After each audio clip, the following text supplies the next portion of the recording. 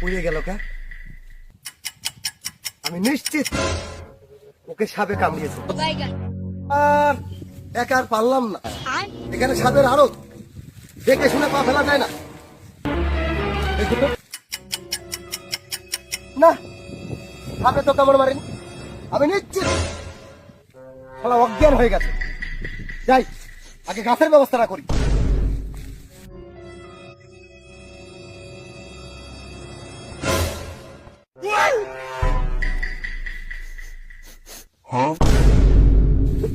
আমি সাপের গন্ধ পাচ্ছি। এই সাপ, এটা সাপের গন্ধ না, এটা গাছের গন্ধ।